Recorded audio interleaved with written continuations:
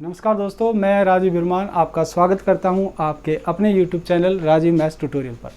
और अभी तक हमने दोस्तों डिजिट के सारे कॉन्सेप्ट सीखे, उन पर ढेर सारे सवाल हमने लिए और उसके बाद हमने नंबर सिस्टम कॉन्सेप्ट को सीखा, उस पर काफ़ी सवाल लिए। और अब हम कर रहे हैं क्लासिफिकेशन ऑफ नंबर्स। और नंबर्स हम तकरीबन ऑलमोस्ट सारे पढ़ चुके हैं, कुछ जो बचे हैं वो हम आने वाले नेक्स्ट वीडियोस में हम उसको कवर कर लेंगे। और अभी हम क्लासिफिकेशन ऑफ नंबर, जितने नंबर हमने पढ़े हैं उन पर अब हम सवाल लेंगे। बहुत शानदार सवाल होंगे, जो पूछे गए सवाल हैं आपके एग्ज़ाम में, चाहे वो CDS है, किसी भी तरह का एग्ज़ाम है, वहाँ से जो सवाल पूछे गए हैं यहाँ हम वो सारे लेने वाले हैं। चलिए तो फिर शुरू करते हैं क्वेश्चन नंबर 1 के साथ। सवाल इस प्रकार है दोस्तों, फाइंड इमेजिनरी नंबर। आपको काल्पनिक संख्या बतानी है। काल्पनिक संख्या, इसका दूसरा नाम होता है अधिकल्पित संख्या। आप याद करें, मैंने आपको पढ़ाया था कि कॉम्प्लेक्स नंबर को हम दो हिस्सों में बांटते हैं, एक तो रियल नंबर और एक एक रियल नंबर और एक इमेजिनरी नंबर। तो जो रियल नंबर होते हैं वो तो असली संख्या होती है, वास्तविक संख्या है, जो मैथमेटिक्स में एग्जिस्ट करती हैं। और इमेजिनरी नंबर जो होता है वो एग्जिस्ट नहीं करता है, ये काल्पनिक होता है, सिर्फ कल्पना में है, इसका कोई वास्तविकता से कोई लेना देना नहीं। तो आप कहेंगे सर इमेजिनरी नंबर, तो हमने पढ़ा था इमेजिनरी नंबर कौन सा, आयोटा, और इसे का ये सिंबल होता है और इसकी जो वैल्यू होती है वो होती है √-1। तो इसका मतलब जो इमेजिनरी नंबर होगा वो क्या होगा दोस्तों, √-1 होगा। Find the product of 3 + 2 iota and it's conjugate. एक संख्या 3 + 2 आयोटा और उसकी संयुग्मी संख्या का गुणनफल क्या होगा। देखिए कॉन्जुगेट क्या होता है दोस्तों, मान लो एक नंबर है मेरे पास √3 और मैं चाहता हूँ ये, अब ये रूट में है अगर ये संख्या, तो ये रैशनल है या इरेशनल है, याद करो मैंने आपको बताया था। तो आप कहेंगे सर ये इरेशनल है, रूट में कोई भी नंबर अगर रह जाता है, बाहर कंप्लीट नहीं निकल पाता है, तो उस नंबर को हम इरेशनल नंबर कहते हैं। तो मैं इसको अगर रैशनल बनाना चाहता हूं तो आप कहोगे सर इसको एक √3 से मल्टीप्लाई कर दो। तो जब आप इसे मल्टीप्लाई कराएंगे तो ये हो जाएगा कितना, 9। 3 और 3 अंदर मल्टीप्लाई हो जाएंगे 9, और 9 का बाहर क्या आ जाएगा दोस्तों, 3 बाहर आ जाएगा। तो एक ऐसा नंबर ढूंढना जो इससे मल्टीप्लाई करने पर एक रैशनल नंबर बना दे, उसी को हम क्या कहते हैं दोस्तों, कॉन्जुगेट। अगर मैं √3 का कॉन्जुगेट पूछता हूं तो क्या होगा, √3 ही होगा। इसी प्रकार अगर मुझे इस नंबर का कॉन्जुगेट बताना है, जैसे मान लो मैं कहता हूं 2 + √3, मेरे पास एक ये संख्या है, मैं इसका एक कॉन्जुगेट निकालना चाहता हूं, मतलब एक ऐसा नंबर ढूंढना चाहता हूं जो इससे मल्टीप्लाई करने के बाद, इस नंबर से मल्टीप्लाई करने के बाद वो इसे एक रैशनल नंबर में लेके आ जाए, मतलब रूट खत्म हो जाए। तो आप कहेंगे सर फिर आपको पता क्या करना है, आपको इस कंप्लीट नंबर को दोबारा लिखना है, लेकिन साइन बदल के प्लस की जगह हम क्या लगा देंगे, माइनस, और इससे मल्टीप्लाई कर देंगे। तो जब हम इससे मल्टीप्लाई करेंगे तो आप ध्यान से देखिए एक फॉर्मूला जनरेट होगा, a + b a - b। जब मल्टीप्लाई होते हैं तो ये a का स्क्वायर माइनस b का स्क्वायर होता है। तो आप कहेंगे सर 2 का स्क्वायर माइनस √3 का स्क्वायर, तो 2 का स्क्वायर आ जाएगा 4, और √3 का स्क्वायर जब आप करेंगे तो स्क्वायर से रूट कट जाएगा, और ये कितना आ जाएगा 3। 4 में से 3 गया कि दोस्तों कितना हो जाएगा, 1। तो आपने देखा कि ये जो नंबर था, हम इस नंबर को किस में कन्वर्ट करके ले आए, 1 में। कैसे, इसके कॉन्जुगेट से मल्टीप्लाई करके। वैसे तो ये डिवाइड भी होगा साथ ही साथ, लेकिन मैं उस बात पे नहीं जाना चाहता। इसको हम ये नहीं कह रहे कि इसका जो आंसर है वो ये है, हम ये कह रहे हैं कि अगर मुझे इसको रैशनल में बदलना हो तो मुझे इसके कॉन्जुगेट से मल्टीप्लाई करना पड़ेगा, मतलब इसके साइन बदलकर उस नंबर से मल्टीप्लाई कर। अगर सिंगल टर्म होती रूट में तो एज इट इज मल्टीप्लाई करते, लेकिन अगर कोई मान लो 2 टर्म है आपकी, दोनों रूट में है या सिर्फ एक रूट में है, तो आपको साइन बदल के उसका मल्टीप्लाई करना पड़ता है। तो जो आप इसका साइन बदल के नंबर बताते हो, इसी नंबर को हम क्या कहते हैं, इसका कॉन्जुगेट कहते हैं, संयुग्मी संख्या कहते हैं। ठीक है, अब आप देखिए इस सवाल पर आते हैं। तो अगर मुझे इस नंबर और इसके कॉन्जुगेट, तो इसका कॉन्जुगेट क्या होगा, आप कहेंगे सर इसका साइन बदल के मल्टीप्लाई कर दो। अब ये a + b a - b, a का स्क्वायर माइनस b का स्क्वायर हो जाएगा, तो ये आ जाएगा 9, ये आ जाएगा 4 आयटा का स्क्वायर। और आपने अभी देखा था जो आयटा होता है वो √-1 होता है। तो दोस्तों आयटा का स्क्वायर क्या होगा, आप कहेंगे सर इसका स्क्वायर करेंगे तो रूट कट जाएगा, -1 आएगा। तो ये कितना आ जाएगा दोस्तों, 9 - 4, और आयटा का स्क्वायर क्या होता है, -1। तो माइनस जब मल्टीप्लाई करते हैं तो प्लस हो जाएगा, तो 9 + 4 कितना होता है दोस्तों, 13, और 13 इस सवाल का सही आंसर है। 13 इस सवाल का सही उत्तर है। मैं फिर बता देता, जो कॉन्जुगेट होता है दोस्तों वो सिर्फ आपको साइन बदल के बता देना था। तो सिर्फ कॉन्जुगेट पूछा जाता तो आंसर होता है इसका 3 - 2 आयोटा। उसने कहा इसका और कॉन्जुगेट का प्रोडक्ट बताओ, मल्टीप्लीकेशन, गुणनफल बताओ, तो हम गुणनफल बताएंगे तो 13 आएगा। चलिए अब इस सवाल पर आते हैं, क्वेश्चन नंबर 3 पे। Which one of the following option is an irrational number. ये जो 4 आपको विकल्प दिए गए हैं, ये पूछा गया सवाल है यूपीएसआई के 20 दिसंबर 2017 को, कि आपको इसमें से इरेशनल नंबर ढूंढना है दोस्तों, कौन सा होगा, अपरिमेय संख्या कौन सी है। तो आप कहेंगे सर अपरिमेय संख्या वह संख्या होती है जो नॉन टर्मिनेटिंग का नॉन रिपीटिंग नंबर होता है ना। आपने डेसिमल नंबर में पढ़ा होगा नॉन टर्मिनेटिंग, और उसके अंदर 2 आते हैं, एक होता है रिपीटिंग, एक नॉन रिपीटिंग। जो नॉन रिपीटिंग वाला हिस्सा होता है वो आपका इरेशनल नंबर होता है। अब वो तो पॉइंट में देखो, अब ये तो डेसिमल के बाद रुक गए यहाँ पे, ये तो नॉन टर्मिनेटिंग है ही नहीं, ये तो टर्मिनेटिंग नंबर है, तो ये पॉइंट में कहीं आगे तो जा नहीं रहा। याद कीजिए मैंने आपको रैशनल वाले पार्ट में सिखाया था। तो आप कहेंगे सर इसका मतलब ये जो नंबर है ये आपका रैशनल नहीं है, सॉरी इररेशनल नहीं है, मुझे तो इररेशनल बताना है। एक तो मैंने कहा था पॉइंट में अगर देखना तो क्या देखना आपको कि पॉइंट में वो संख्या रुकनी नहीं चाहिए, चलती रहनी चाहिए, ना रिपीट करनी है और ना ही रुकनी है, ऐसे चलती रही, तो ये तो रुक गया। दूसरा भाई ये 22/7 ये तो रैशनल है, ये भी रैशनल नहीं होगा, p/q की फॉर्म में जो होता है वो तो रैशनल होता है। फिर आप कहेंगे सर जो नंबर रूट में फंसा रह जाता है, वो बाहर नहीं निकल पाता है, तो वो इरेशनल होता है। तो आप कहेंगे सर फिर इसका मतलब ये रैशनल है क्या, इरेशनल है क्या? आप कहेंगे नहीं, बिल्कुल नहीं। क्यों? क्योंकि जब आप इसको तोड़ेंगे तो ये 8100 का मतलब होता है 81 × 100, ऐसे लिखेंगे। फिर 81 का बाहर क्या आ जाएगा दोस्तों 9, और 100 का बाहर क्या आ जाएगा 10, और अंदर कुछ भी नहीं बचा। तो इसका मतलब ये भी आपका इररेशनल नहीं है, ये रैशनल नंबर है। तो बचा सिर्फ क्या, ये वाला नंबर आपका क्या होगा, इररेशनल नंबर होगा। देख भी लो आप भाई, इसको तो सोल्व करेंगे तो ये कितना आएगा, एक बार इधर लिख देता हूँ, 8100 + 1/√810। तो जब आप इसको सोल्व करेंगे तो इसको सोल्व करेंगे तो ये 81 का 9 और 100 का 10, ये यही आएगा 9 × 10 प्लस, फिर जब आप इसको सोल्व करेंगे 1, तो ये 81 × 10 है, ये 81 × 10 है, तो 81 का दोस्तों बाहर आ गया 9 और अंदर क्या रह गया √10। अब ये √10 से कुछ भी बाहर नहीं आ पाएगा, तो इसका मतलब ये जो कंप्लीट नंबर बोला जाएगा ये आपका इररेशनल ही बोला जाएगा। अगर कुछ भी रूट में रह गए तो वो इररेशनल नंबर होगा। तो आप समझ पाए इस सवाल का उत्तर होगा ये सी ऑप्शन। फिर which of the following option is not a rational number, in number में से कौन सा रैशनल नंबर नहीं है। तो मैं फिर बता देता हूँ, जो p/q की फॉर्म में बनाए जा सकते हैं नंबर उन्हें हम रैशनल कहते हैं, और जो p/q की फॉर्म में नहीं बनाए जा सकते हम उन्हें इररेशनल। इररेशनल वो नंबर होते हैं जो terminating non terminating non repeating वाले नंबर होते हैं। जैसे ऐसे ये नंबर हो जाता है ना, ऐसे चलते रहते हैं, ऐसे जो रूट में संख्याएं होती हैं, √2 √3 ऐसे बहुत सारे, और जो p/q की रूप में लिखे जा सकते हैं, जैसे ये p/q की फॉर्म में है, ये तो रैशनल है। अब जितने भी इंटीजर्स होते हैं वो भी रैशनल होते हैं, या फिर इसके कुछ नीचे कुछ नहीं है तो इसके नीचे 1 लगा सकते हैं, p/q की फॉर्म होगी। लेकिन जो पाई होता है दोस्तों वो आपका रैशनल नहीं इररेशनल होता है। तो इसका मतलब ये सवाल का उत्तर है। उसने यही पूछा था कि कौन सी संख्या रैशनल नहीं है, तो इसका मतलब 3 रैशनल होंगी और 1 इररेशनल नहीं होगी, वो मुझे आंसर बताना था। तो ये रैशनल नहीं है पाई क्या होता है दोस्तों, इररेशनल होता है। क्यों होता है? क्योंकि पाई की जो वैल्यू होती है वो 3.1415 और ऐसे चलती रहती है, कभी खत्म नहीं होती है। और आप कहेंगे सर हमने तो पाई हमेशा 22/7 पढ़ा, नहीं। जो पाई की वैल्यू होती है वो सिमिलर टू 22/7 होती है दोस्तों, वो एग्जैक्ट 22/7 कभी नहीं होती है, लगभग होने वाली होती है 22/7, लेकिन कभी नहीं होती है। इसलिए 22/7 आपका रैशनल है, लेकिन पाई आपका इररेशनल है। अगले सवाल इस प्रकार है दोस्तों, find true statements about pi and 22/7। आपको पाई और 22/7 के बारे में सही कथन को ढूंढना है। ये UDC 2012 ESIC के द्वारा पूछा गया सवाल है। तो आप कहेंगे सर पाई इज रैशनल। अभी मैंने थोड़ी देर पहले बताया कि जो पाई होता है, पाई की जो वैल्यू होती है वो 3.1415 एंड सो ऑन चलती रहती है, कभी नहीं रुकती, तो ये इररेशनल हो गया दोस्तों। और जो 22/7 होता है वो आपका रैशनल होता है, ये तो p/q की फॉर्म में है, तो ये रैशनल नंबर हो गया और ये इररेशनल। तो 22/7 रैशनल होगा, ये बात ठीक है, और पाई इररेशनल है, तो इसका मतलब सेकंड ऑप्शन इसका बिल्कुल करेक्ट है। पाई इज इररेशनल होगा और 22/7 आपका रैशनल होगा, परिमेय संख्या।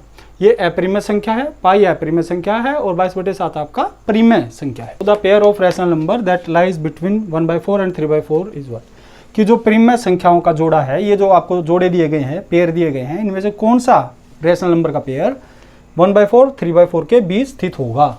मतलब होते तो बहुत सारे हैं, अनगिनत होते, लेकिन इन दोनों के बीच में इनमें से कौन सा जोड़ा स्थित होगा, बाकी नहीं होंगे। तो आप देखिए भाई 1/4 होता क्या है, ये 0.25 होगा और ये क्या होगा 0.75, भाग लगा लेंगे। तो आप इसको जब सोल्व करेंगे तो ये आएगा 0.262 और ये आएगा 0.762। तो जो 0.762 है वो तो आएगा नहीं बीच में, वो तो इधर आएगा, तो इसमें ये वाला जोड़ा नहीं आएगा। आप कहेंगे सर इसको लिखेंगे हम 0.24, इसको लिखेंगे 0.74, तो इसमें जो ये 0.24 है ये इससे छोटा रह जाएगा, तो ये भी नहीं होगा। फिर जब आप इसको सोल्व करेंगे तो आएगा 0.252 और ये आएगा आपका 0.748। तो आप कहेंगे सर इसमें जो 0.252 है वो इससे बड़ा है और 0.748 इससे छोटा है, तो बिल्कुल ठीक है। इसका मतलब ये वाला पेयर इन दोनों के नंबर के बीच में कहीं ना कहीं स्थित होगा, ठीक है। तो जब ये इसके बीच में आएगा तो इसका मतलब ये तो आएगा ही नहीं, है ना। आप चेक भी कर लेना। ऐसे जब भी सवाल आएंगे तो आपको ऑप्शन से ही करने पड़ेंगे दोस्तों। तो फिर अगला सवाल क्या कहता है, ये CDS में पूछा गया एग्जाम में सवाल है आपका, और ये भी CDS में पूछा गया सवाल है आपका। इसमें क्या कहता है देखिए, if m and n are natural number, यदि m और n आपकी प्राकृत संख्या है, मतलब 1 2 3 4 5 इन्हीं में से है, प्लस वाले इंटीजर जो होते हैं, तो mth रूट n क्या होगा। जो m रूट n है वो इनमें से क्या है, किस बात को रिप्रेजेंट कर रहा है। वो कह रहा है कि m रूट n जो है वो इरेशनल है unless n is the mth power of N integer, कि m रूट n वो एक अप्रिमेय संख्या है जब तक कि n किसी पूर्णांक का mवां घात ना हो। बिल्कुल सही बात है। आप देखिए भाई पहला जो पॉइंट है वो ये कह रहा है कि जो n है, ये जो n है वो किसी इंटीजर की m पावर ना हो, m पावर ना हो।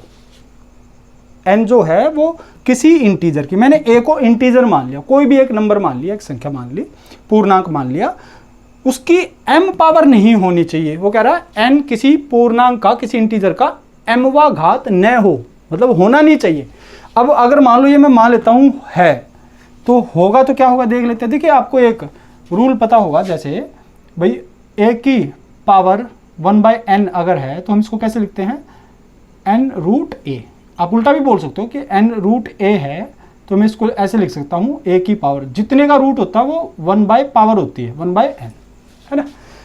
तो आप कहेंगे सर इस बात को, इस वाली बात को अगर मैं ध्यान से देखूँ तो फिर चलिए यहाँ पे देख लेते हैं m, और इस n की जगह मैं ये लिखता हूँ a की पावर m। तो फिर आगे क्या होगा भाई, a की power m as it is, और इस रूट को मैं ऐसे लिख पाऊंगा 1/m, और m से m कट गया तो बाहर क्या आ गया a। इसका मतलब इसको मैं इस फॉर्म में लिख सकता हूँ, मतलब इस बात को मैं अगर a में निकाल कर लेके आ गया, सारी संख्या बाहर आ गई, तो क्या ये इरेशनल होगा। आप कहेंगे सर नहीं होगा। तो बिल्कुल सही तो कहा उसने, वो यही तो कहना चाह रहा है कि जो n है वो किसी भी इंटीजर की m पावर नहीं होनी चाहिए। बस अगर m पावर हो गई तो फिर वो इरेशनल नहीं होगा। इरेशनल होगा लेकिन कब तक, जब तक नहीं होगा, अनलेस, जब तक नहीं इरेशनल माना जाएगा, जब तक ये पावर m आएगी। तो बिल्कुल देख लो आप, m पावर आई तो क्या ये इरेशनल हुआ, नहीं हुआ। तो ये जो कह रहे हैं बिल्कुल ठीक बात कह रहा है। इसका मतलब ये इस सवाल का उत्तर है। अब ये दोनों सवाल आपके RRB NTPC में 20 जनवरी 2021 को पूछे गए सवाल हैं। सवाल क्या है कि √3 और √2 का जो प्रोडक्ट आएगा गुणनफल, वो इनमें से क्या होगा, रैशनल होगा, परिमेय संख्या, इरेशनल होगा मतलब अपरिमेय संख्या, या दोनों होंगी या कोई भी नहीं होगा। तो ये तो कभी नहीं हो सकता कि बोथ वाला हिस्सा तो कभी हो ही नहीं सकता। एक संख्या दोनों चीज़ नहीं हो सकती, रैशनल इरेशनल। हाँ ये हो सकता कि दोनों आपकी कोई भी ना हो, या तो रैशनल भी ना हो और इरेशनल भी ना हो, लेकिन दोनों संख्याएं नहीं हो सकती कि रैशनल भी है वो और इरेशनल भी। ये तो बिल्कुल ब्लंडर है। तो आप कहेंगे सर √3 इंटू √2, तो ये क्या आएगा दोस्तों, √6 आएगा। देखिए जब सेम रूट होता है तो हम उसके अंदर वाले नंबर होते हैं, जैसे √a इंटू √b, तो हम इसको ऐसे लिख सकते हैं √a इंटू b, है ना। अगर ये अलग अलग रूट होते हैं, जैसे m√a इंटू n√b है, तो आप इसको फिर सोल्व नहीं कर सकते फर्दर आगे। आप कहेंगे सर यही सवाल का उत्तर है। तो आप कहेंगे सर √3 इंटू √2, तो ये 3 इंटू 2 6 हो जाएगा √6। क्या पूरा 12 है, नहीं, तो इसमें ये संख्या क्या है, इरेशनल है। ये इस सवाल का आंसर है। अब इसको बताना ये क्या होगा, रैशनल इरेशनल, बोथ तो होगा ही नहीं, तो हमें पता है। एक संख्या दोनों चीज़ नहीं हो सकती, रैशनल और इरेशनल। तो आप कहेंगे सर इसको सोल्व करते हैं, ए प्लस बी का होल स्क्वायर। अब ए प्लस बी का होल स्क्वायर आपने पढ़ा होगा दोस्तों, तो ए प्लस बी का होल स्क्वायर होता है ए का स्क्वायर प्लस बी का स्क्वायर प्लस 2ab, है ना। वैसे स्टैंडर्ड फॉर्म में ऐसे लिखा जाता है a square plus 2ab plus b square. आप कहेंगे सर ए की जगह √3 है और बी की जगह √11 है, तो इसको जब सोल्व करेंगे तो √3 का स्क्वायर प्लस √11 का स्क्वायर प्लस 2 इंटू √3 इंटू √11, तो इसको सोल्व करेंगे 3 आ जाएगा, ये 11 आ जाएगा, और ये 2 इंटू √3 इंटू 11 33। आगे क्या उसको छोड़िए, क्या ये रूट से बाहर निकल पाया? नहीं, तो इसका मतलब रूट से बाहर नहीं निकला है, तो ये नंबर भी क्या होगा आपका? इरेशनल होगा। अब हम सीख रहे हैं दोस्तों, अब हम सवाल लेंगे किस पर कि रिपीटिंग नंबर को फ्रैक्शन में हम कैसे बदलें। आपने डेसिमल नंबर के अंदर 2 बातें पढ़ी थी, टर्मिनेटिंग नंबर, नॉन टर्मिनेटिंग, और नॉन टर्मिनेटिंग में आपने 2 बातें पढ़ी थी, रिपीटिंग नंबर, रेकरिंग नंबर जिसे हम कहते हैं, पुनरावृत्त संख्या, आवर्त संख्या, और एक पढ़ा था आपने नॉन रिपीटिंग नंबर। तो हम रिपीटिंग नंबर के बारे में बात कर रहे हैं कि वहां से हम उनको कैसे फ्रैक्शन में बदलें, ठीक है, p/q के रूप में हम इसे कैसे बदलेंगे। तो आप कहेंगे सर जैसे मान लो क्वेश्चन नंबर 10 लीजिए, यहीं से बात करते हैं, 0.888 मान लो ये एक नंबर है, इसको कन्वर्ट करना है, कन्वर्ट इनटू अ फ्रैक्शन, इसको एक भिन्न में बदलो, ठीक है। मान लो ये आपका क्या है सवाल कि इस संख्या को भिन्न में बदलिए, p/q के रूप में लिखिए। तो आप क्या करेंगे, आप 0 पॉइंट जो डिजिट बार बार आती है उसको एक बार लिखकर और उसके ऊपर बार लगा देते हैं, बाकी डिजिट खत्म कर देते हैं। फिर उसके बाद आप क्या करेंगे, जो डेसिमल से पहले है उस नंबर को अलग लिखेंगे, प्लस, क्योंकि ये पॉजिटिव नंबर है तो प्लस में टूटेगा, नेगेटिव होगा तो माइनस में। फिर उसके बाद आप कहेंगे सर जो डेसिमल के बाद आया उसको अलग लिख लेंगे, है ना, ऐसे इसको अलग लिख लेंगे। तो ये जो डेसिमल के बाद वाला नंबर है, आप इसमें क्या करेंगे, डेसिमल के बाद जो भी नंबर आया उसको लिखेंगे, डिनोमिनेटर में नीचे आएंगे। आप कहेंगे सर डेसिमल के बाद जितने डिजिट पर बार है, कितने डिजिट पर बार है? 1 डिजिट पर, 8 नहीं, 8 पे तो बार है ही, लेकिन मैं पूछ रहा हूँ नंबर ऑफ डिजिट्स, कितनी डिजिट पर बार है? तो आप कहेंगे सिर्फ 1 डिजिट पे बार है, 8 पे, तो इसका मतलब 1 9 आएगा नीचे, जितने डिजिट पर बार होगा उतने 9 आएंगे। लिख लेना आप इस बात को अलग से कि डेसिमल के बाद हमें सारा काम डेसिमल के बाद करना है, तो डेसिमल के बाद जितने डिजिट पर बार होगा उतने 9 आपके आएंगे, और आगे 0 है तो 0 जोड़ने से कोई फायदा है नहीं, तो इसका मतलब इस सवाल का जो आंसर होगा वो क्या होगा, 8/9 होगा। अब हम इस बात को सीखते हैं कि ये हम ऐसा क्यों करते हैं कि डेसिमल के बाद डिजिट हटाकर हम वहाँ पर मतलब जितने डिजिट पर बार होता है उतने 9 लगा देते हैं, या फिर आगे आगे आप ये भी समझेंगे जिन पर बार नहीं है वो 0 लगेंगी, वो सब बातें क्यों है। तो अगर हम इसको तरीके से जानते हैं कॉन्सेप्ट वाइज, तो इसका जो सेकंड मेथड है, या तो आप ऐसे करेंगे या फिर आप ऐसे कर सकते हैं कि मैंने लेट किया कि एक नंबर है x, कौन सा, 0.888, तो आप क्या करेंगे, आप ये कोशिश कीजिए कि जो ये डेसिमल है ना, ये डेसिमल उस डिजिट के बाद आ जाए जो रिपीट हो रही है बार बार। आप कहेंगे सर 8 रिपीट हो रहा है तो 8 के बाद डेसिमल को लाओ, तो इसका मुझे सिर्फ एक 10 से मल्टीप्लाई करना पड़ेगा। तो अगर मैं 10 से मल्टीप्लाई कराऊं तो इधर 10x आ जाएगा, और इधर 10 से मल्टीप्लाई कराएंगे तो ये पॉइंट इधर खिसक जाएगा 8.88, और यहाँ पे तो दुनिया भर के 8 है, कितने भी 8 लगाएं, है ना। ये तो एक गहरा समंदर है जहाँ से 8 जितने भी चाहें आप निकालते रहें, दुनिया भर के 8 आएंगे। फिर आप कहेंगे सर ठीक है, अब आप ये जो सेकंड इक्वेशन है और ये जो फर्स्ट है, सेकंड में से फर्स्ट को माइनस कीजिए, आप इसमें से इस वाले इक्वेशन को माइनस कीजिए, तो 10x में से x गया तो कितना आ गया दोस्तों, 9x, और इसमें से आप जब इसको घटाएंगे तो ये तो कट जाएगा, ये कट जाएंगे आपके 8 से 8, तो क्या बचेगा, 8 में से 0 गया 8, तो x की वैल्यू कितनी आ गई, 8/9, और यही मैंने आपको बताया था यहाँ पे। क्वेश्चन 11 में दोस्तों आपको 2.131313 को कन्वर्ट करना p/q के रूप में, और इसको कन्वर्ट करना इसमें p/q में। तो आप कहेंगे सर इसमें और उस वाले पिछले वाले क्वेश्चन में क्या फ़र्क है कि यहाँ पर 2 डिजिट आई हैं पॉइंट के बाद और वो दोनों रिपीट हुई हैं, और यहाँ पर जो डिजिट आई हैं वो सारी रिपीट नहीं हुई पॉइंट के बाद, कुछ रिपीट हुई और कुछ नहीं हुई। तो यहाँ पर तो आप वही करेंगे, आप कहेंगे सर 2 और 0.13 और 13 पर क्या आ जाएगा बार, क्योंकि बार बार 13 आ रहा है। फिर आप इसको ऐसे लिखेंगे 2 + 0.13 पर बार, फिर आप 2 प्लस और ये जो नंबर है कंप्लीट, इस नंबर को लिखेंगे डिवाइडेड बाय जितने डिजिट पर बार, कितने डिजिट पर बार है, 2 डिजिट पे बार है, तो 2 क्या आ जाएंगे इधर दोस्तों, 9 आ जाएंगे। तो आप जब इसको सोल्व करेंगे तो ये आ जाएगा 198 + 13 211 डिवाइडेड बाय 99, ये आपका आंसर आ जाएगा। अगर आप चाहें तो इसको एक्स की फॉर्म में लिखकर फिर से कर सकते हैं। मैं एक बार जल्दी से बता देता हूँ। आप कहेंगे सर ये इसको हम लिख सकते हैं 2.131313 डॉट डॉट डॉट। मैंने कहा डेसिमल को हम उसके बाद लेकर आना चाहेंगे जो रिपीट हुआ है, तो 13 रिपीट हुआ है तो हम यहाँ पर 100 से मल्टीप्लाई कराएंगे 100x, क्योंकि 2 डिजिट की इधर लेकर आना है ना, तो आप 100 से मल्टीप्लाई कराएंगे तो ये कितना आ जाएगा 213.13। भाई ये डेसिमल इधर खिसक जाएगा, और 1313 तो दुनिया भर के हैं, है ना, डेसिमल के बाद।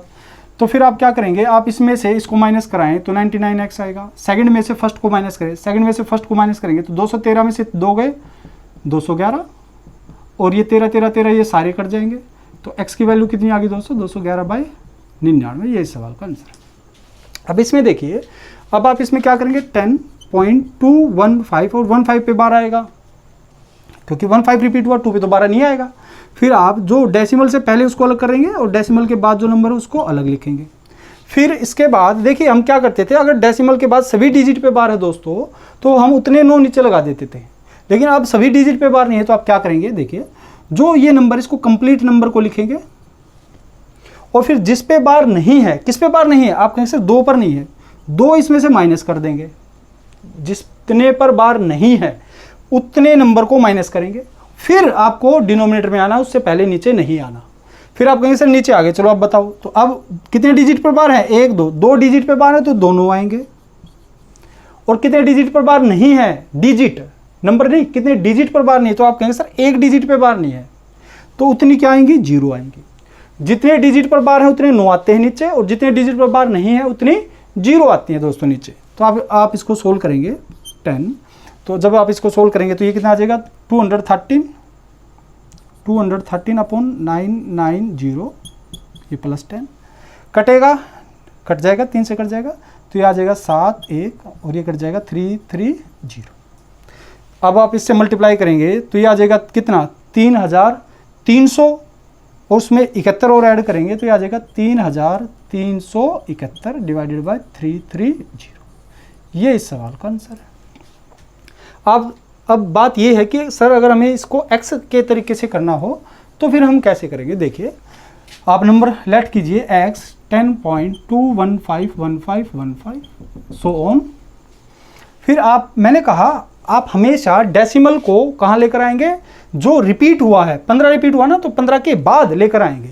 लेकिन अभी हमारा जो डेसिमल है वो 2 से पहले है, तो पहले तो इस 2 को जो ये रिपीट हुआ है उसके आगे लेकर जाएं। तो आप कहेंगे सर 10 से मल्टीप्लाई कराओ। पहले तो क्या होता था, ध्यान से देखिए, जो रिपीट हुआ है डिजिट्स उसके आगे ही डेसिमल होता था, तो हम डायरेक्ट उसके पीछे लेकर आते थे। लेकिन अगर कभी ऐसा हो कि आपका जो कुछ ऐसा पार्ट है जिसके आगे डेसिमल आया है जो रिपीट नहीं हुआ, तो पहले हम क्या करेंगे उसके बाद लेके जाएंगे, जो पार्ट रिपीट नहीं हुआ उसके बाद लेके जाएंगे सबसे पहले। तो हम इसको 2 के बाद लेके जाएंगे तो 10 से मल्टीप्लाई कराएंगे तो ये आ जाएगा 102.1515 सो ऑन। फिर अब आप कहेंगे सर अब मुझे 15 के बाद लेकर आना है, तो फिर 15 के बाद लेके आएंगे तो 1 और 2 0, मतलब 100 से मल्टीप्लाई करना पड़ेगा। अब इसको 100 से मल्टीप्लाई कराएंगे तो दोस्तों ये हो जाएगा 1000x। इसको 100 से मल्टीप्लाई कराएंगे तो 10215151515 सो ऑन। अब आप क्या करेंगे, इसमें से थर्ड इक्वेशन में से सेकंड इक्वेशन को क्या करेंगे माइनस, इसमें से इसको माइनस करेंगे दोस्तों, इसमें से इसको माइनस करेंगे तो आप कहेंगे सर ये आ जाएगा 990x, और इसमें से जब इसको माइनस करेंगे तो ये 102 माइनस हो जाएगा तो 10, और 215 में से 102 गए तो 113, ये आ जाएगा, और ये सारा कट जाएगा आपका बराबर। और जब इसको सोल्व करेंगे तो ये आ जाएगा 10113 डिवाइडेड बाय 990। 3 से जा रहा है तो 330, ये भी 3 से जाएगा, 3 1 गया 3, 2 गया 7, और ये 1 गया 1, तो ये आ जाएगा 337/330। अगले सवाल इस प्रकार है दोस्तों, the number 1.2323 when written as a fraction in lowest term, जब इस नंबर को एक फ्रैक्शन में बदल के उसको छोटी से छोटी टर्म में बदला जाता है, then find the difference between numerator और डिनोमिनेटर। तो जो न्यूमरेटर और डिनोमिनेटर आते हैं, अंश और हर आता है, भिन्न का अंश और जो हर आता है उसका डिफरेंस अंतर क्या होगा। ये आपका दोस्तों FCI 2012 और यूपी के ASI एग्जाम 2018 में पूछा गया सवाल है। आप क्या करेंगे, आप कहेंगे सर इसको हम लिख सकते हैं 1.232323 को 1.23 बार इसको आगे कैसे सोल्व करेंगे, 1 + 2 3 और 2 3 के नीचे कितने 9 आएंगे दोस्तों, 9, 2 9 आएंगे। आप कहीं से 2 डिजिट पर बार है, डेसिमल के बाद सभी डिजिट पे बार है तो उतने 9 आ जाएंगे नीचे। जब आप इसको सोल्व करेंगे तो 99 + 23 122 डिवाइडेड बाई 99। अब ये आपका न्यूमरेटर होता है, ये आपका डिनोमिनेटर होता है, ये अंश ये हर होता है। तो इनका डिफरेंस पूछा है, तो इन दोनों का जो डिफरेंस आएगा इसमें से इसको घटाएंगे तो कितना आएगा 23। ये आपका आंसर है। अब अगले क्वेश्चन पर आते हैं दोस्तों। क्यूब रूट 0.037 बार को हमें सोल्व करना है। ये एफसीआई मेंस 2012 में पूछा गया सवाल है। पहले हमें देखो बिना बार के देता था, हम बार में कन्वर्ट करते थे, तो ऑलरेडी बार में दिया तो ईजी कर दिया हमारे लिए, तो और आसान किया है। तो हम इसको सोल्व करेंगे तो 037 और कितने 9 आएंगे, 1 2 3, 3 9 आएंगे। क्यों? क्योंकि 3 डिजिट पे बार है। फिर आप इसको आगे सोल्व करेंगे, क्यूब रूट ये आ जाएगा 37 डिवाइडेड बाय, इसको लिख सकते हैं 9 × 111। ये 3 बार कटेगा। याद रखना हमेशा 2-3 नंबर होते हैं, एक तो 111, ये होता है 37 × 3, और एक होता है 143, ये होता है 11 × 3 13, एक होता है 132, ये होता है 11 × 12। ये अक्सर एक होता है 1001, ये होता है 11 × 7 × 13। ये अक्सर आपके, इसको थोड़ा ऐसे लिख लो, 7 × 11 प्राइम नंबर है, उससे अगला प्राइम ये, उससे अगला प्राइम ये है ना, 3 प्राइम नंबर है लगातार। तो आपकी ये जो नंबर है ये अक्सर आपके एग्जाम में आते रहते हैं दोस्तों, तो आपको इनके बारे में पता होना चाहिए। चलिए अब यहाँ पर देखते हैं। अब आप कहीं से आ गया 1/27 क्यूब रूट। अब आपको पता है जब क्यूब रूट होता है तो हम ये देखते हैं भाई ये किसका क्यूब है, ये किसका क्यूब है। तो आप कहेंगे सर ये जो है ये 1 का क्यूब है और 27 किसका क्यूब है, 3 का, तो ये बाहर आ जाएंगे। अब इसका जो आंसर आएगा दोस्तों वो क्या है, 1/3, ये इसका आंसर है। हो सकता है इस सवाल का जो आंसर है वो भी आपसे बार में पूछ लिया जाता है ना, तो फिर आप क्या करते हैं, आप खुद बताएं। या तो आप इसको ऐसे करते भाई 1 को 3 से भाग लगाओ, तो ये आता है 0.3333 ऐसे ऐसे ऐसे। फिर आप कहते हैं सर 0.3 बार आ गया और ये सवाल का उत्तर हो गया। मैं कहता हूँ अगर मुझे ऐसा भाग लगा कर नहीं डायरेक्ट ही पता लगाना होता तो आप कहते सर यहाँ नीचे 3 है, अगर 9 होता तो मैं एक कह पाता कि ऊपर कितने डिजिट पर बार आएगा, 1 पर बार आएगा। तो अगर मैं इसको 9 बनाता हूँ, दोस्तों, तो आप कहेंगे सर नीचे 3 से मल्टीप्लाई कर दो, ऊपर भी 3 से मल्टीप्लाई कर दो, तो ऊपर आ गया 3, नीचे आ गया 9। अब अगर मुझे 9 को हटाना है तो मैं कह पाऊंगा कि 3 पर बार आएगा और आगे 0.0 लग जाएगा, ये इस सवाल का उत्तर आ जाएगा। चलिए अभी सवाल में ये बार में नहीं पूछा गया था तो इसका उत्तर 1/3 ही रहेगा। अगर बार में पूछा जाता तो हम ऐसे सोच सकते थे। चलिए फिर अब अगले क्वेश्चन पर चलते हैं और देखते हैं कैसे कैसे सवाल एग्जाम में पूछे गए हैं आपके। अगला क्वेश्चन इस प्रकार है दोस्तों, n की वैल्यू है ये और m की वैल्यू है ये, आपको 1/n + 1/m आपको बताना है। सीजीएल मेंस 2018 में पूछा गया सवाल है आपका। देखिए दोस्तों आप इसको सोल्व करेंगे, थोड़ा पहले आप कहेंगे सर इसको लिख सकते 0.369 और 369 पर बार। फिर आप इसको सोल्व करेंगे तो ये आएगा 369 और कितने 3 9 आएंगे, करता है क्या, बिल्कुल 9 से जा रहा है बार, तो ये आएगा 4 1 और कितना 1 1 1, ये आ गया n की वैल्यू। m क्या आएगा, आप कहेंगे सर m आ जाएगा 531 पॉइंट और 531 पर बार, और जो m की वैल्यू आएगी ये आएगी 531 और नीचे 3 बार 9, फिर 9 से कटेगा, तो 9 से कटेगा तो ये कितना आएगा 5 बार और कितना जाएगा 8 और 1 9, 59/111, ये m की वैल्यू आ गई। ये n की वैल्यू है, ये आपकी m की वैल्यू है। मुझे निकालना 1/n + 1/m, तो 1/n में ऐड करेंगे 1/m, तो आप कहेंगे सर उल्टा कर दीजिए, तो उल्टा करेंगे तो 111/41 + 111/59, और आगे सोल्व करेंगे तो 111 कॉमन आ जाएगा, और जब आप एलसीएम लेंगे तो 41 × 59 आएगा, और यहाँ पर आ जाएगा 59 क्योंकि 111 तो बाहर आ गया, +41 ये आ जाएगा। तो आप यहाँ से जब सोल्व करेंगे तो एक बार ऑप्शन ज़रूर देख लीजिएगा। अभी मैंने ऑप्शन नहीं लिखे इसके, अगर किसी के ऑप्शन में डिनोमिनेटर में आप देखिए आपको इनको मल्टीप्लाई करके लिखना है, अभी कर तो रहा नहीं किसी से भी, तो आप कहेंगे सर 1 × 9, अगर इसकी यूनिट डिजिट देखें तो 9 आएगी, है ना। तो किस ऑप्शन में आखिरी डिजिट क्या है, 9 है डिनोमिनेटर में, आपको वो चेक करना है, ठीक है। अगर मान लो किसी के 2 ऑप्शन में हो तो आप ऊपर चेक कर लेना, ये क्या आएगा 100 से मल्टीप्लाई करेंगे तो ऊपर 2 0 आएंगी, तो किसके ऑप्शन में 111 2 0 हैं न्यूमरेटर के अंदर। अगर मान लो वो भी है तो फिर आप इसको सोल्व कर लेना। तरीके तो और भी बहुत सारे हैं, लेकिन अभी मैंने उनको सिखाया नहीं है, जैसे डिजिटल सम होता है ना, बहुत सारी बातें होती है, डिविजिबिलिटी होती है, लेकिन मैंने अभी आपको सिखाई नहीं है तो इसलिए मैं वो बता भी नहीं रहा। तो फिर आप इसको आगे सोल्व करेंगे तो आप कहेंगे सर ये आ जाएगा 1 1 1 और ये 100 होगा, 100 मल्टीप्लाई होगा तो 2 जीरो आ जाएंगे। ये आप जब सोल्व करेंगे तो ये आ जाएगा 2419 आपका, और ये सवाल का उत्तर है। अगला क्वेश्चन इस प्रकार है, दिल्ली पुलिस कांस्टेबल में पूछा गया सवाल है दोस्तों। आप कहेंगे सर इनको सोल्व करना मुझे बस। तो देखिए आप ये देखिए, मैंने अभी तक जो ये सवाल लिए हैं, डिजिट के बाद जितनी डेसिमल के बाद जितनी डिजिट आए हैं सब पे बार, डेसिमल के बाद जितनी डिजिट आए हैं सब पे बार, डेसिमल के बाद जितनी डिजिट आ रही है वही रिपीट हो रही है ना। तो मैं अभी थोड़े आसान ही सवाल ले रहा हूँ अभी तक। तो आप कहेंगे सर इसको लिखेंगे हम 6 + 77/99। अब ये भी है, देखिए एक बात ध्यान दीजिए, ये पॉजिटिव था तो दोनों पॉजिटिव में टूटेंगे, अगर ये नेगेटिव है तो दोनों नेगेटिव में आएंगे ब्रेक होने के बाद। -5 - 43/99 माइनस यह आएगा 27/99। जीरो लिखने का फ़ायदा ही नहीं, आगे जोड़ेंगे तो वही आएगा, तो ये आएगा 73/99। जब इसको सोल्व करेंगे तो 6 में से 5 गया 1 + 99, डिनोमिनेटर सेम है तो एज इट इज आ जाएगा 77 - 43 34 माइनस, इसको सोल्व करेंगे तो ये आ जाएगा कितना 100/99, 100/99।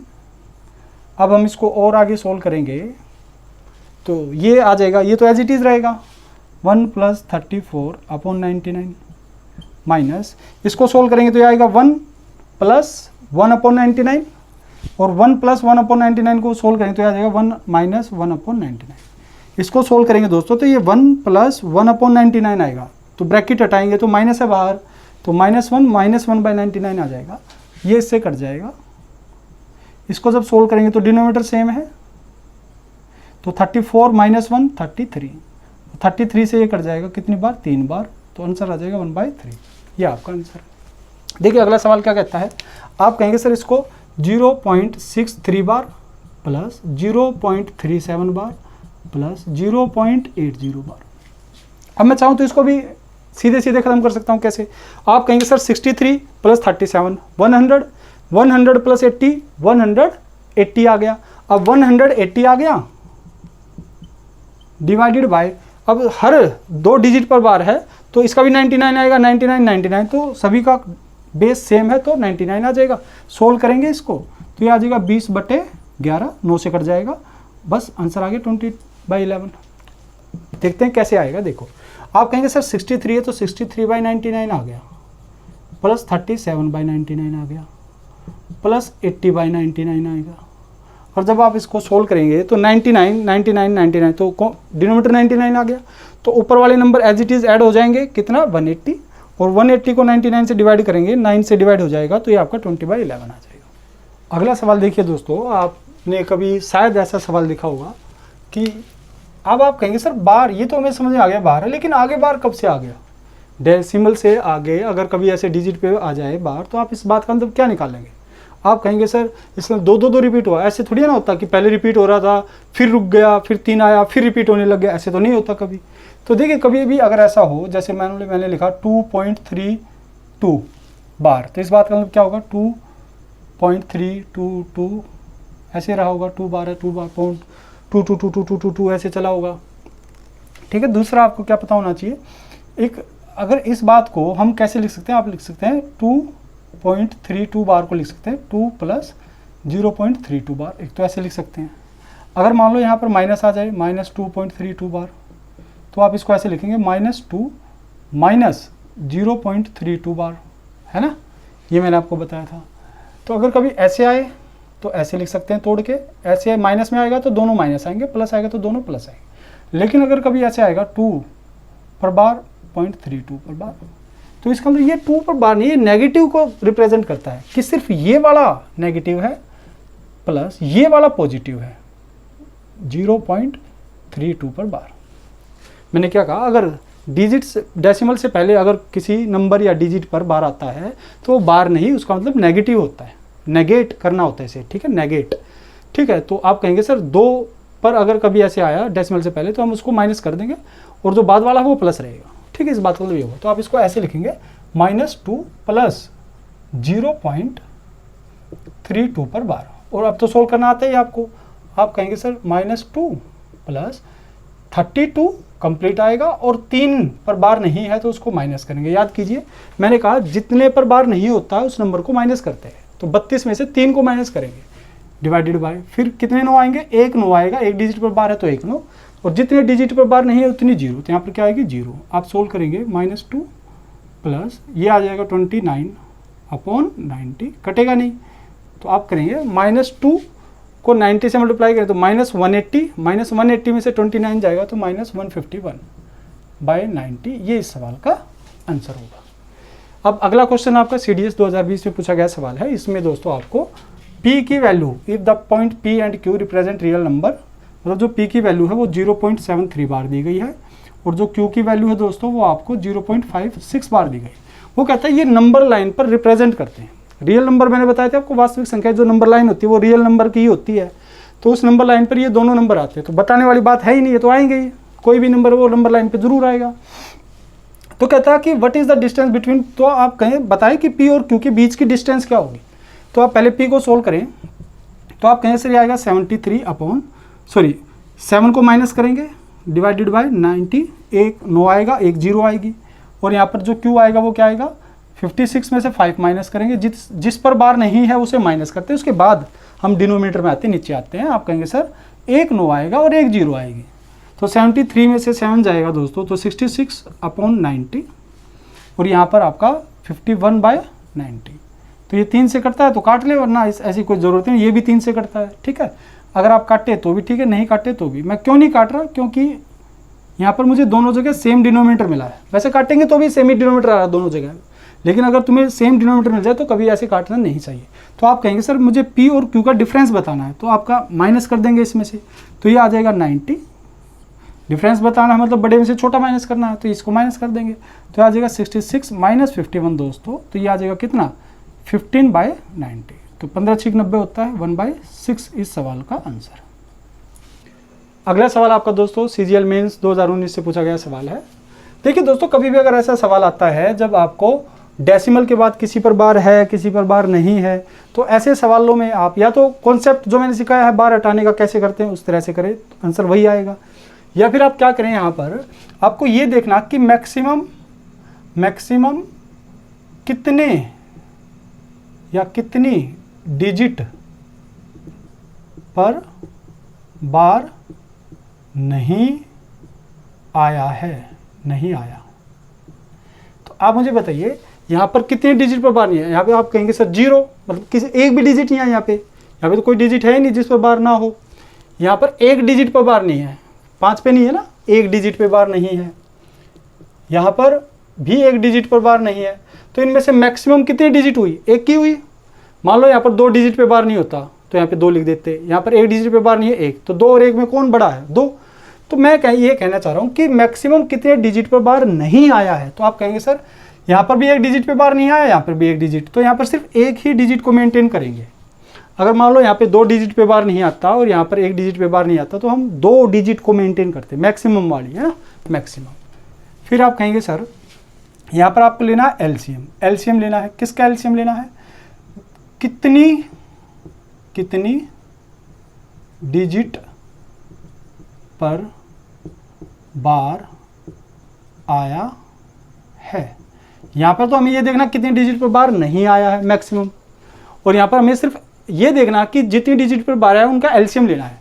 तो आपको किस किस का एलसीएम लेना है दोस्तों, आप कहेंगे सर हमें एलसीएम लेना किसका, यहाँ पर 1 डिजिट पे बार आया, यहाँ पर 2 डिजिट पे बार आया है, और यहाँ पर 1 डिजिट पे बार आया है। तो एलसीएम क्या होता है, एलसीएम होता है जो दिए गए नंबर से पूरा कटे। तो 1 2 1 से कटने वाला कौन होगा, 2 होगा, तो इनका एलसीएम 2 आ गया। तो इसका मतलब यहाँ पर 2 डिजिट को हमें क्या करना है दोस्तों, मेंटेन करना है। बाकी फिर आप तीसरे हिस्से में यहाँ पर कितनी भी डिजिट लीजिए उनसे कोई हमें फ़र्क नहीं पड़ेगा, सिर्फ आप हमेशा यहाँ पर क्या कीजिएगा, सिर्फ 2 ही डिजिट मेंटेन कीजिएगा। यहाँ पर कितने डिजिट पर बार नहीं आया, मैक्सिमम उतने डिजिट मेंटेन करेंगे। यहाँ पर एलसीएम लेंगे जितने जितने डिजिट पर बार आया है, और यहाँ पर आप सिर्फ 2 ही डिजिट लेंगे, हमेशा बात ही छोड़ो, ठीक है। तो आप कहेंगे सर इसका मतलब क्या है, आप देखिए इसका मतलब ये है दोस्तों कि ये जो नंबर है हम इसको लिखेंगे 22। ये तो पूरा है, पॉइंट से पहले डेसिमल, ये सारी बातें मैंने डेसिमल के बाद की है। डेसिमल के बाद कितने डिजिट पर बार नहीं आया मैक्सिमम, डेसिमल के बाद कितने डिजिट पर बार आया है। तो आप कहेंगे सर 22 पॉइंट, ये तो एज इट इज आएगा। फिर यहाँ पर सिर्फ 1 डिजिट ली जाएगी। ये नंबर जो होगा, ये नंबर तो ऐसे होगा ना 22.444444, ऐसे बहुत सारा। तो 22 पॉइंट, और इसकी सिर्फ पहली डिजिट यहाँ ली जाएगी, आगे 2 डिजिट यहाँ ली जाएंगी और फिर आगे 2 डिजिट यहाँ ली जाएंगी। ये नंबर क्या रहा होगा, ये रहा होगा 11.5676767। तो यहाँ पर तो एक ही डिजिट आएगी सिर्फ पहले वाली डेसिमल के, फिर आगे की जो 2 डिजिट है वो यहाँ आएंगी, फिर आगे की 2 डिजिट यहाँ आएंगी और ऐसे चलेगा। फिर ये प्लस करना था, फिर मुझे माइनस करना है कितना, ये वाला नंबर 33 पॉइंट, पहली डिजिट यहाँ आएगी, फिर आगे की जितनी डिजिट है वो यहाँ आएगी, 2 डिजिट यहाँ आएंगी, तो 9 रिपीट होगा तो 9 9 9 आएगा, अब तो 9 9 9 और ऐसे ऐसे। बस अब आपको इसको सोल्व करना है, तो पहले इनको ऐड करना है, फिर उसमें से थर्ड नंबर को माइनस करना है। तो आप कहेंगे सर 4 + 7 11, 11 में से 9 गया 2, 4 और 6 10, 10 में से 9 गया 1, 7 और 4 11, 11 में से 9 गया 2, 10, 10 में से 9 गया 1, 9 में से 5 गया 4, 3 में से 3 गया 0, 3 में से 3 गया 0। तो ये नंबर जो आएगा आपका 0.4, और ये जो हिस्सा है 1 2, और 1 2 पर क्या आएगा, बार, ये बार वाला हिस्सा था तो इस पे आएगा आपका बार, और ये हमें कुछ नहीं चाहिए, इसके बाद हमें कोई लेना देना नहीं इससे। तो हमारा जो आंसर आएगा दोस्तों 0.412 और 1 2 पर क्या आएगा, बार आएगा। मैं उम्मीद करता हूँ आपको ये बात समझ में आ गई होगी। आप खुद से 2-4 सवाल ऐसे लेकर बनाकर चेक कर सकते हैं। अगला सवाल दोस्तों आपका फिर से सीजीएल मेंस 2019 में पूछा गया सवाल है, लेकिन अब की बार यहाँ पर मल्टीप्लाई का साइन है। तो आप या तो इसको पहले सोल्व करें, लेकिन फिर आपका ये फ्रैक्शन में आएगा, फिर आप उसको डेसिमल बार में बदलेंगे, फिर वैसे कॉन्सेप्ट लगेंगे। इससे अच्छा आप डायरेक्ट कॉन्सेप्ट लगा दो। तो आप कहेंगे सर यहाँ पर डेसिमल के बाद जो भी नंबर आया लिखो, और जिस पे बार नहीं है उतना माइनस, डिवाइडेड बाय जिस पर बार है उतनी 9 आएंगे, और जिस पे बार नहीं उतनी 0। तो ये आ गया आपका। हमेशा 9 और 0 डेसिमल के बाद के हिसाब से लगाते हैं। डेसिमल के बाद कितने डिजिट पे बार आया है उतने 9, कितने डिजिट पे बार नहीं आया उतनी 0। तो ये आ गया प्लस, यहाँ पर 503 में से कितना माइनस होगा, 5 माइनस हो जाएगा जिस पे बार नहीं है, और नीचे 2 9 आएंगे और 1 0 आएगा, माइनस। यहाँ पर 39 में से 3 माइनस करेंगे और 1 9 1 0 आएगी, और यहाँ पर 8 के नीचे सिर्फ 1 9 आएगा। सोल्व करें तो यह आएगा 43/90 प्लस यह आएगा 498/990 माइनस यह आएगा 3690 और 8/9, 9 से कट जाएगा 4 बार। अब यहाँ पर ये 90 990 और 90 मतलब अच्छे नंबर है डिनोमीटर में, तो मैं इनको ख़राब नहीं करूँगा, डायरेक्ट इनका एलसीएम लेंगे दोस्तों। तो आप ये करेंगे 990, तो इससे भाग लेंगे 11, 11 से मल्टीप्लाई करेंगे तो 473 आएगा, प्लस जब इसको ये तो सेम ही आएगा 498 माइनस ये डिवाइड करेंगे तो 11 और 8 चौक 32, 32 को 11 से मल्टीप्लाई करेंगे तो 2 3 2 5 और 3 352 आएगा। अब आप इसको जब सोल्व करेंगे आगे दोस्तों, तो देखिए 400 और 400 800, 800 में से 300 गया 500, और 73 में से 52 गया तो 21, 521 प्लस 98 619 डिवाइडेड बाय 990। तो आप कहेंगे सर ये मेरा आंसर आ गया, लेकिन ऑप्शन में नहीं है। अब ऑप्शन आपके बार में है तो आपको डिवाइड करना पड़ेगा इसे। अब डिवाइड करना तो मुश्किल है, तो इससे अच्छा आप डायरेक्ट ऑप्शन में चले जाएं और ऑप्शन से चेक करें। तो आप कहेंगे सर 625 है, इसमें से अगर मुझे कितना माइनस करना पड़ेगा 6, और नीचे कितना 2 9 1 0 आएगी, तो 625 में 6 गए तो कितना आएगा 619। बिल्कुल ठीक है, यही सवाल का उत्तर। ठीक है, अगर इसको सोल्व करेंगे तो 620 आएगा डिवाइडेड बाई 990, तो ये गलत होगा, ये भी गलत है, ये भी गलत है। तो आंसर क्या होगा आपका 0.625 और 25 पे बार। अब अगला क्वेश्चन देखिए दोस्तों, इसमें भी आपका सब मल्टीप्लाई डिवाइड में है। तो आप क्या करेंगे, ये आपका DSSB में जो टीचिंग एग्ज़ाम होता है PGT टीचर के लिए, उसके ज्योग्राफी वाले जो टीचर हैं, जो ज्योग्राफी के लिए तैयारी करते हैं अपनी, उन टीचर्स के लिए आपका ये सवाल पूछा गया था। सवाल में क्या करना है देखिए, 3/11 इंटू इसको सोल्व करेंगे तो आ जाएगा 2 प्लस 4/9 इंटू 6/9, भाई इसका आ जाएगा 6/9। इसको सोल्व करेंगे तो ये कितना आएगा ऊपर, आप कहेंगे सर 16 में से 1 गया डिवाइडेड बाय 1 9 1 0, और नीचे 83 में से 8 गया डिवाइडेड बाय 1 9 1 0 डिवाइड, ये आ जाएगा कितना दोस्तों, आप कहेंगे सर 2 डिजिट पे बार है तो 9 के नीचे 2 9 इंटू यहाँ पर 7 के नीचे 1 9, यहाँ पर 3 के नीचे 1 9 आएगा, और यहाँ पर 25 डिवाइडेड बाय 100, कई बार नहीं है, और इंटू में यहाँ पर 9 होगा। अब जो कटता है वो काट लेंगे यहाँ से, भाई इस 9 से ये 9 कट जाएगा, ठीक है, और इस 3 से भी ये 9 कट जाएगा 3 बार, 3 से ये 99 जाएगा 33 टाइम्स। देख लेते हैं क्या आएगा। ये आएगा 3/11 इंटू 18 और 4 22/9 6/9 इंटू ये कितना आएगा 15/90 इंटू ये आएगा कितना 83 में से 8 जाएगा तो ये 75/90 आएगा, तो पलट जाएगा 90/75 हो जाएगा, फ्रैक्शन पलट के ऊपर जाएगा। अब ये डिवाइड है, डिवाइड को मल्टीप्लाई में चेंज करेंगे तो ये जो ऊपर वाला हिस्सा है 7/33 ये नीचे आ जाएगा, और जो निचले वाला हिस्सा है 25/100 ये ऊपर आ जाएगा इंटू 9। अब आप क्या करेंगे, इस कंप्लीट पोर्शन को सोल्व करेंगे, तो जब आप इसको सोल्व करेंगे तो काटने पीटने के बाद आपकी कैलकुलेशन वर्क आप कर लीजिएगा, तो ये 11/105 आ जाएगा, और यही इस सवाल का उत्तर है 11/105। आप चेक कर लेना, अगर कुछ गलती हो तो मुझे बता सकते हो। चलिए अब अगले सवाल पर चलते हैं। अगले सवाल इस प्रकार है दोस्तों, पहले आप खुद इन सवालों को करने की कोशिश कीजिए और फिर उसके बाद चेक करना कि क्या अप्रोच इस सवाल में लगाई गई होगी। देखिए आपको दिया गया है कि डेसिमल ए बी पर बार है 5/11 इसकी वैल्यू है, तो फाइंड कीजिए आप 2ab की वैल्यू क्या होगी। देखिए दोस्तों आप इसको सोल्व कर सकते हैं। आप कहेंगे सर ab, अब 0 आगे लगाने से कोई फ़ायदा नहीं, 0 प्लस 0 जोड़ने का कोई फ़ायदा नहीं है, तो आप कहेंगे सर ab/99 2 डिजिट पर बार है तो बार हटाएंगे तो 2 9 आएंगे नीचे, फिर आप कहेंगे सर 5/11 दिया है तो 11 से 9 कट जाएगा 99 कट जाएगा 9 बार, तो यहाँ से आपकी ab की वैल्यू आ जाएगी कितनी 9 4 जा 45, ये 9 ये a है a, ठीक है। तो आप कहेंगे सर ab की जो वैल्यू आई है मेरी वो क्या आई है 45 आई है, तो ab 45 है तो मुझे 2ab बताना है, तो 2 × 45 कितना आ जाएगा 90, इस सवाल का उत्तर है। अब ये देखिए बहुत प्यारा सवाल है दोस्तों, आप इसको सोल्व कीजिएगा तो आप कहेंगे सर AB में से माइनस करेंगे क्योंकि ए पर बार नहीं है, डिवाइडेड बाय 1 9 आएगा 1 0, 1 डिजिट पर बार है 1 डिजिट पर बार नहीं है। सिमिलरली आप यहाँ पर करेंगे तो BA में से माइनस करेंगे B और नीचे 1 9 1 0 आएगी बराबर में 17/9 9 आएगा। अब बहुत सारे बच्चे यहाँ पर क्या गलती कर सकते हैं कि वो यहाँ से A कॉमन ले लेंगे और यहाँ से B कॉमन ले लेंगे, ये नहीं कर सकते। आप क्यों नहीं कर सकते, देखिए आप मान लीजिए अगर कोई नंबर ऐसे लिखा 23 - 2, तो क्या आप इसमें से 2 कॉमन ले लेंगे क्या, बताइए आप 2 कॉमन ले सकते हैं, नहीं ले सकते। क्यों, क्योंकि ये 2 डिजिट का एक नंबर है ना कि 2 × 3 है। ये AB का मतलब A × B नहीं है दोस्तों, ये AB का मतलब यहाँ पर 2 डिजिट का एक नंबर है, तो आप इसको ऐसे नहीं लिख सकते कि 2 × 3 या फिर यहाँ से A कॉमन ले लें। तो आप याद कीजिए मैंने आपको सिखाया था कि 2 डिजिट के नंबर की जो फॉर्म होती है वो कैसे बनाई जाती है। तो आप कहेंगे सर इसको 10 से मल्टीप्लाई कर दो 10a, इसको 1 से प्लस b, तो ये 2 डिजिट का नंबर ऐसे लिखा जाता है -a/90, ये आ जाएगा प्लस, फिर इसको 2 डिजिट के नंबर को लिखेंगे तो ऐसे लिखा जाएगा 10b + a -b/90 बराबर 17/9।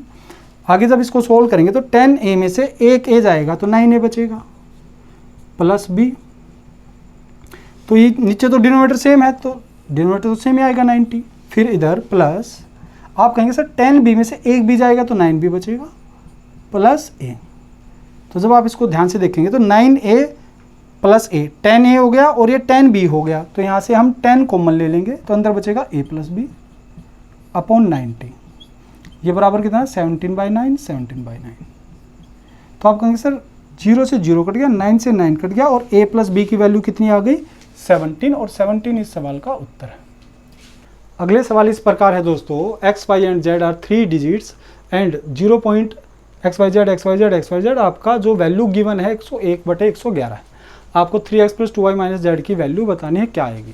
तो आप देखिए दोस्तों, आप कहेंगे सर ये डेसिमल के बाद xyz बार बार आया है तो हम इसको क्या करेंगे एक बार लिख के बार लगा लेंगे। अच्छा जब इसको सोल्व करेंगे तो क्या आएगा दोस्तों, ये आएगा xyz/3 9 आएंगे, और इसकी वैल्यू कितनी गिवन है 101/111, तो 111 से ये कटेगा 9 बार, तो यहाँ से xyz आपका आ जाएगा 909 मल्टीप्लाई हो जाएगा। तो मैं कह सकता हूँ यहाँ से x की वैल्यू 9 आएगी, y की वैल्यू 0 आएगी और z की वैल्यू क्या आएगी 9 आएगी। तो यहाँ से आप जब 3x plus 2y minus z निकालेंगे तो y की वैल्यू तो 0 है दोस्तों, तो ये तो 0 हो गया, माइनस z की वैल्यू कितनी है 9 प्लस और x की वैल्यू कितनी है 9, तो 9 3 जा 27, तो 27 में से 9 जाएगा दोस्तों कितना 18 इस सवाल का आंसर होगा। अगले सवाल पर चलते हैं दोस्तों। तो x पॉइंट के बाद यहाँ पर y z पे बार है, यहाँ पर y x पे बार है और इन दोनों का सम आपका 142/99 है। तो आपको बताना है y की ऐसी कितनी वैल्यू पॉसिबल होंगी जो इस बात को सेटिस्फाई करे। तो आप देखिए दोस्तों, आप इसको सोल्व करेंगे तो ये आएगा x y z और माइनस एक्स डिवाइडेड बाई 2 बार 9 1 0। फिर आप इसको सोल्व करेंगे तो आप कहेंगे सर यहाँ पर z y x आएगा, माइनस z करेंगे और डिवाइडेड बाई 2 9 आएंगे 1 0 और ये एज इट इज। फिर उसके बाद ये फिर ध्यान देना दोस्तों, यहाँ से x कॉमन नहीं आएगा, यहाँ से z कॉमन नहीं आएगा, क्योंकि ये 3 डिजिट के नंबर हैं। 2 डिजिट के नंबर हो, 3 डिजिट के नंबर, तो वहाँ से ऐसे ये वेरिएबल आपके ये डिजिट है ना कि आपके ये प्रोडक्ट में है ना। आप ऐसे नहीं कर सकते जैसे 2 3 6 माइनस 2 है तो यहाँ से 2 कॉमन नहीं आ सकता, ये 3 डिजिट का नंबर है। तो आप कहेंगे सर 3 डिजिट का नंबर, इसको 3 डिजिट के नंबर की फॉर्म में बना के लिखते हैं तो ये आएगा 100x plus 10y plus z और माइनस x। ठीक है, आप चाहे ब्रैकेट लगाएं या ना लगाएं, डिवाइडेड बाई 990। तो ये तो 990, ये तो सेम ही आएगा 990 डिनोमिनेटर, साथ के साथ यहाँ पे सोल्व कर लेते हैं प्लस। तो आप कहेंगे सर ये आएगा 100z plus 10y plus x minus z। तो आप कहेंगे sir minus z plus z cut गया, minus x plus x cut गया, बराबर कितना आ गया 142/99। फिर ये 99 से इसको काट डालेगा तो कितना आएगा 10।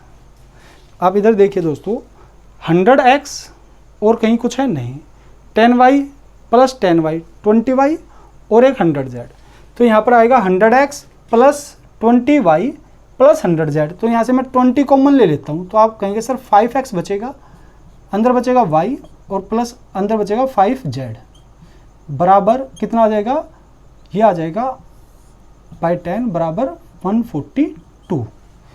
0 से फिर ये 0 भी निकल जाएगी दोस्तों। तो आप कहेंगे सर यहाँ से 2 से भी ये कट जाएगा कितना 71 टाइम्स। तो आप यहाँ पे सोल्व करेंगे तो ये 5x और 5z में से 5 कॉमन ले लेना, x प्लस, मैं यहाँ पर लिख रहा हूँ, ठीक है, मैं यहाँ पे लिख देता हूँ, इस वाली बात को मैं यहाँ पर लिख देता हूँ।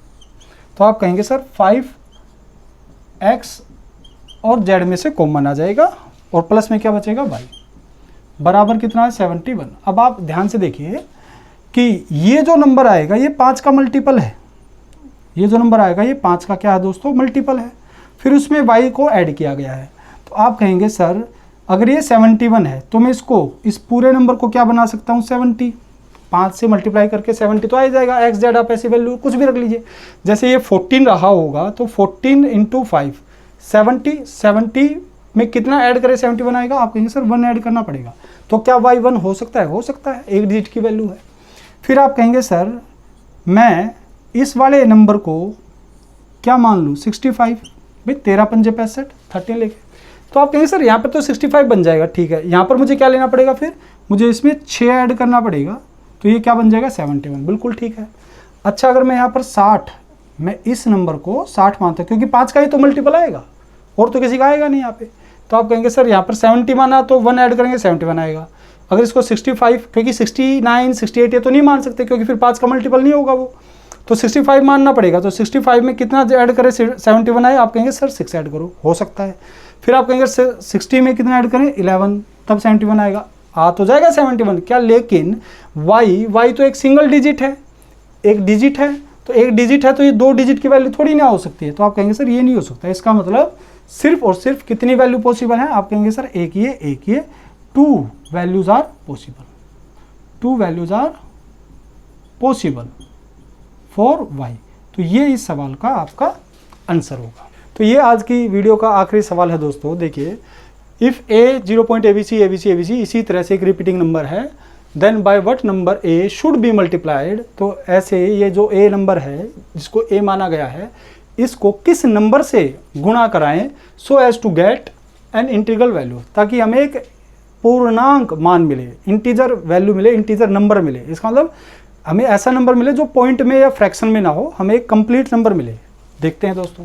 तो पहले हम इसको सोल्व करेंगे। तो ये जो 0.ABC है, इसको ऐसे लिख सकते हैं, और ये आएगा ABC, और कितने 9 आएंगे दोस्तों? 3 9 आएंगे। अब आप मुझे बताइए, अगर मैं चाहता हूँ इस A को मल्टीप्लाई करना, मतलब यहाँ पे भी मल्टीप्लाई करना, तो मैं इसको किस नंबर से मल्टीप्लाई कराऊँ? तो आप कहेंगे सर ऐसे नंबर से मल्टीप्लाई करो जो 999 से कट जाए। मतलब मुझे ऐसा नंबर यहाँ पर चाहिए जो 999 का क्या हो, कोई मल्टीपल हो। तो ये तो होगा नहीं भाई, 1000 रखेंगे तो ये तो नहीं कटेगा। अब 1998, तो ये 999 का जो सेकंड मल्टीपल होता है वो कौन सा होता है? 1998 ही होता है। तो इसका मतलब इसको अगर हम यहाँ रखेंगे तो ये मेरा मुझे एक ये कट जाएगा, और ये मुझे एक इंटीग्रल वैल्यू देगा, है ना, एक कंप्लीट नंबर देगा।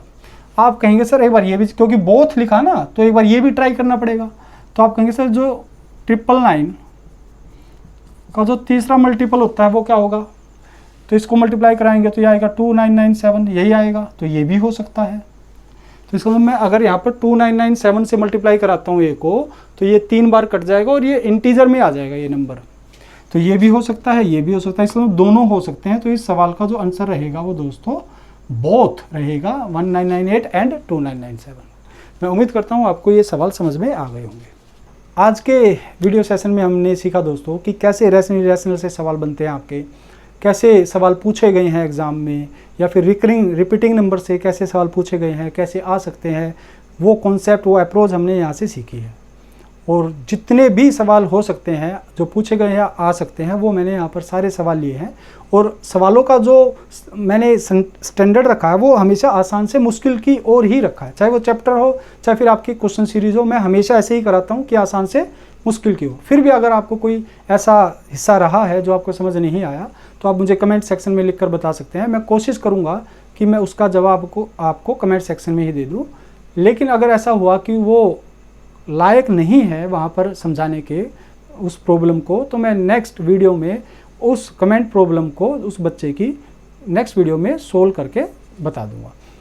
चलिए आज की वीडियो में इतना ही दोस्तों। अब नेक्स्ट वीडियो में हम सीखेंगे रियल नंबर पर क्वेश्चंस, प्राइम नंबर पर क्वेश्चंस, इंटीजर, इवन, ऑड, हर तरह के नंबर पर हम सवाल लेने वाले हैं। और फिर उसके बाद रोमन नंबर जो मैंने आपको नहीं बताया उस पर भी एक वीडियो हम आपकी बना कर देंगे, वहाँ से भी सवाल आने लगे हैं कॉम्पिटिशन में। तो चलिए फिर आज इस वीडियो में इतना ही दोस्तों, और आप ऐसे ही हंसते खिलखिलाते रहें। मिलेंगे एक और नई वीडियो में ऐसे ही हंसते हुए चेहरे के साथ। आज के लिए इतना ही, धन्यवाद, नमस्कार।